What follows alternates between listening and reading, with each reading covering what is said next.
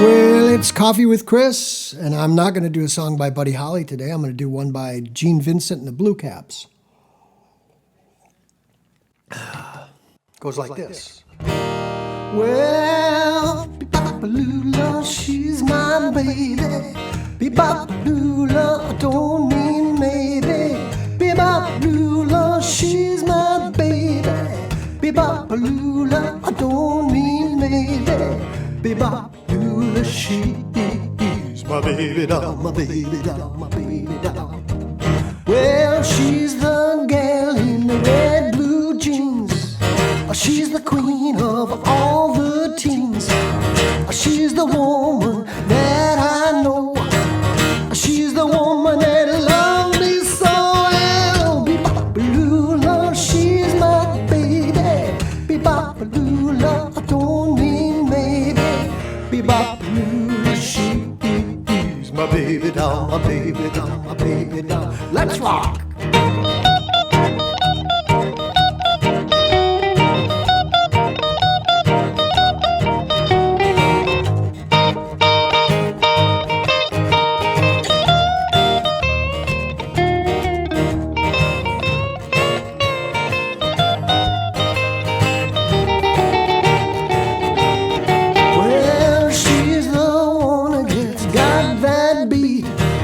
She's the one with the flying feet.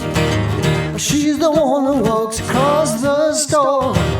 She's the one that yells, "More, more, more, more." Bebop Lula, she's my baby. Bebop Lula, I don't mean maybe. Bebop Lula, she's my baby doll, my baby doll, my baby doll. Let's rock again.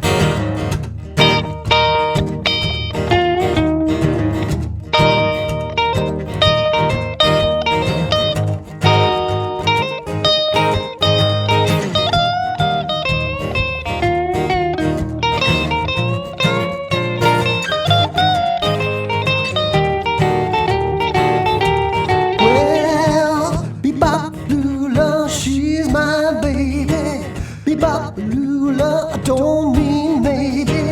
Bebop Lula, she's my baby. Bebop Lula, I don't mean maybe. Bebop Lula, she's my baby doll, my baby doll, my baby doll. Woo!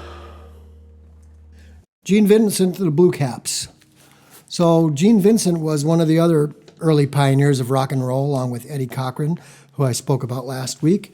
And in like 1960, when Gene was touring Europe, he actually hung out with the Beatles in Hamburg before they really got uber famous. And I read this autobiography written by a Facebook friend of mine by the name of Jackie McCauley. He's a musician from Ireland.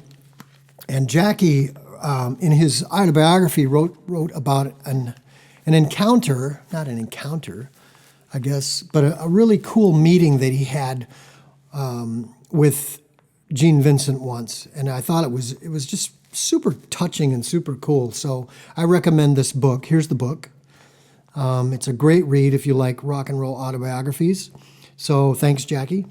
One thing I would like to say also about Gene Vincent and the Blue Caps is that their guitar player, Cliff Gallup was his name, was really innovative, and he influenced like Clapton and Jeff Beck and all these players that came afterwards.